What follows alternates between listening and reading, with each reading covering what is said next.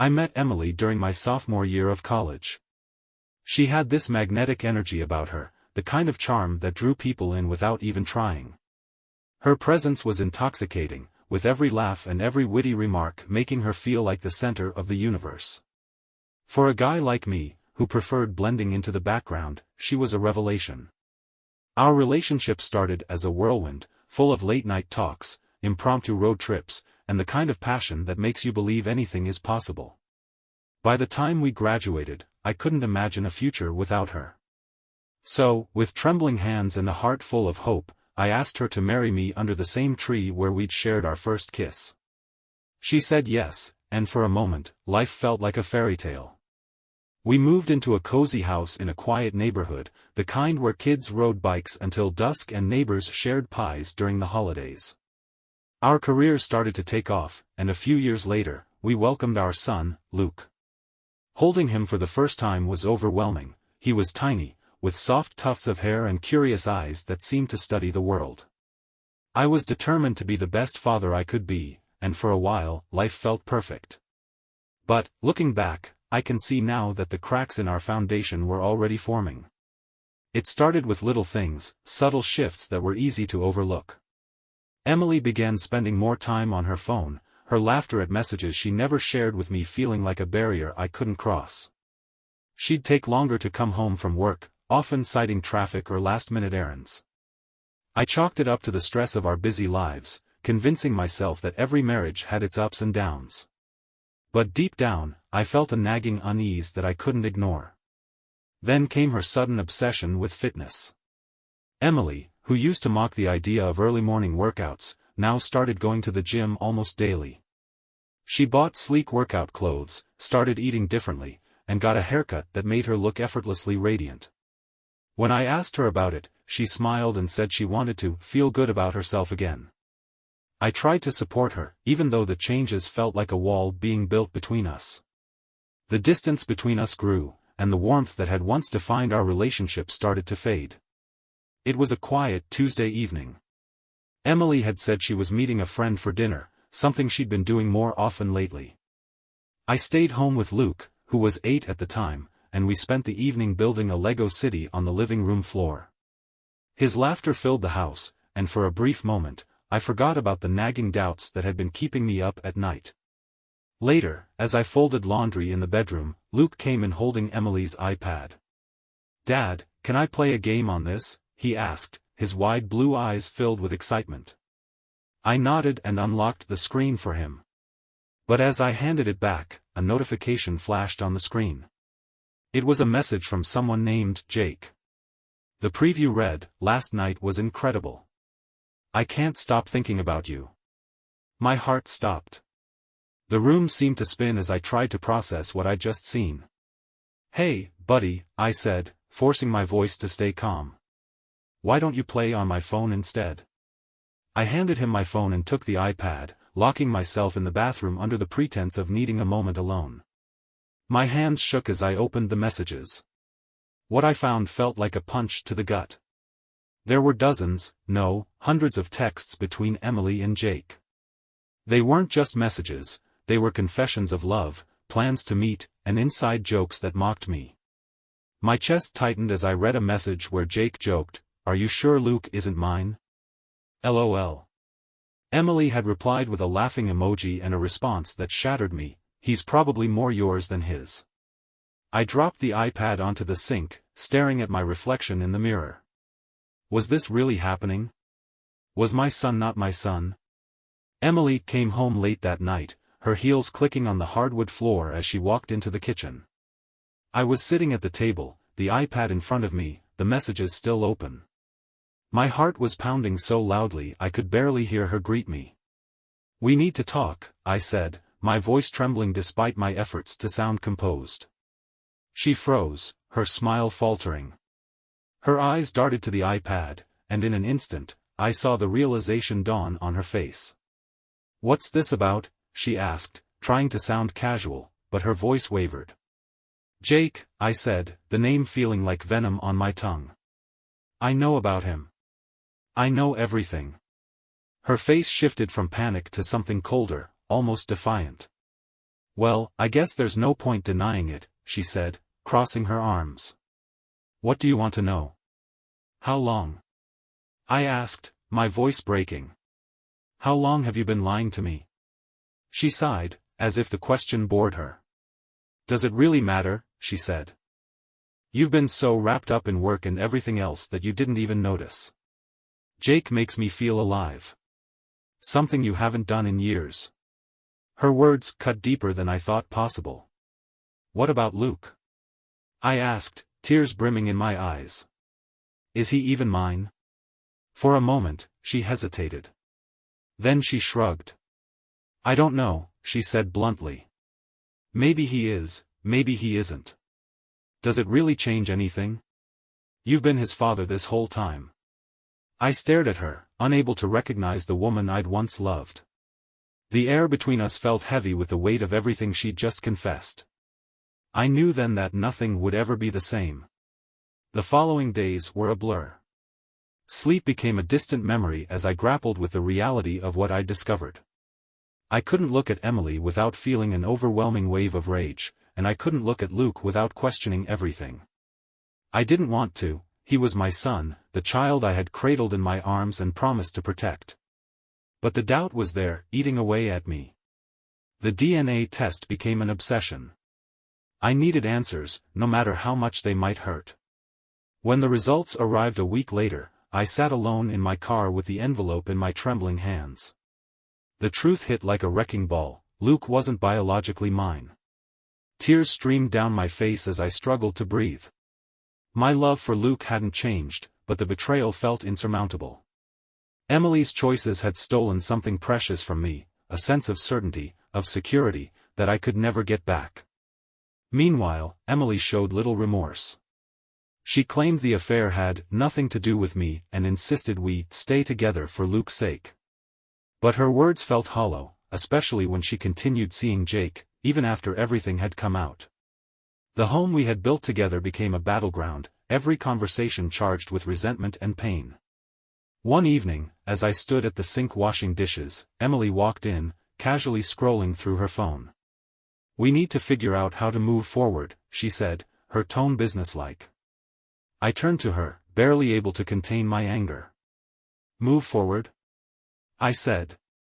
You've been sleeping with someone else for years, lying to my face, and you want to talk about moving forward?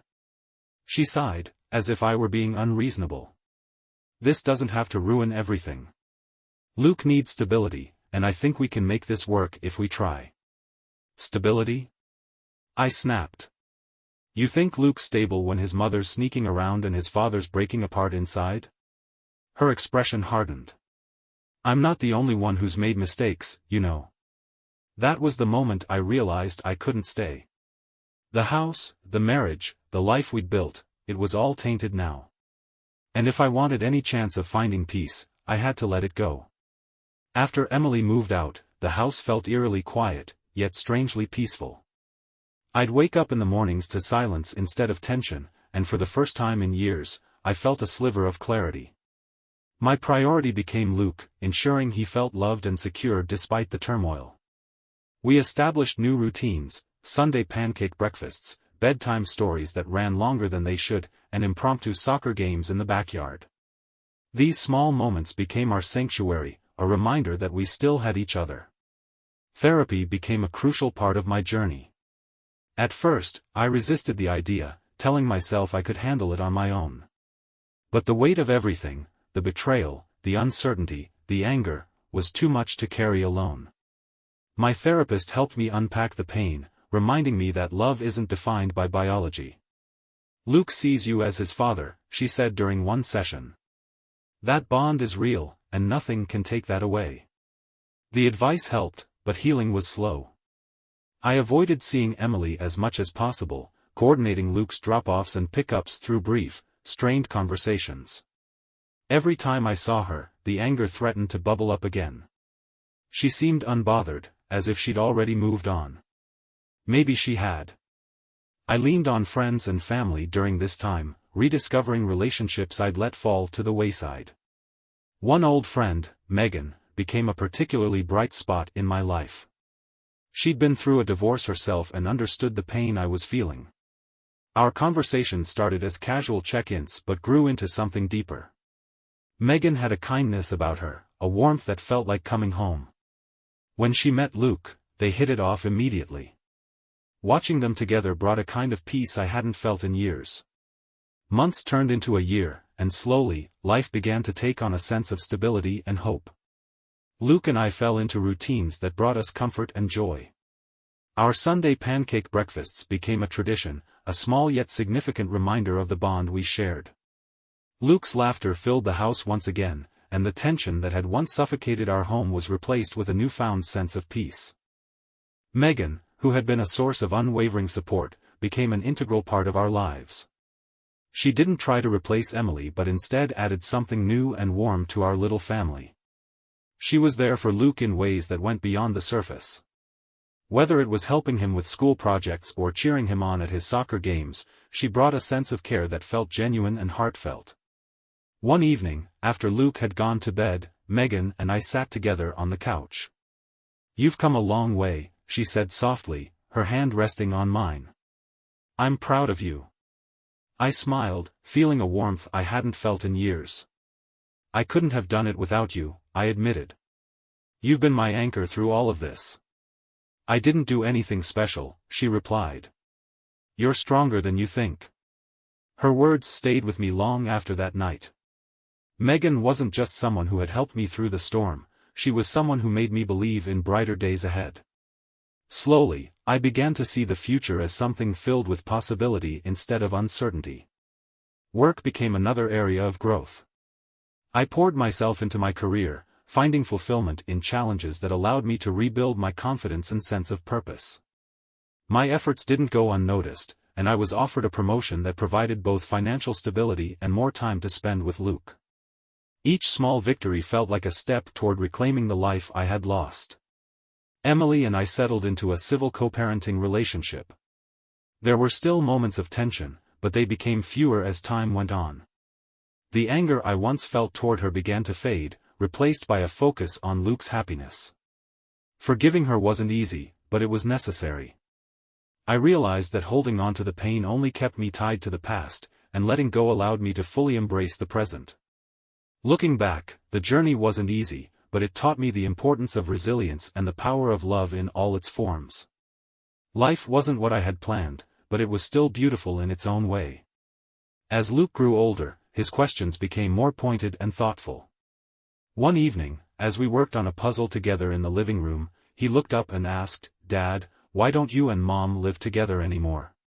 His tone was innocent, but his eyes held a curiosity I couldn't ignore. I paused, setting down the puzzle piece in my hand. This was a moment I had been dreading, but I knew it would come eventually. "Luke," I began, choosing my words carefully, "sometimes, grown-ups make choices that change things. Your mom and I decided it was better for us to live in separate homes, but that doesn't change how much we both love you." He frowned, his small hands fiddling with a puzzle piece.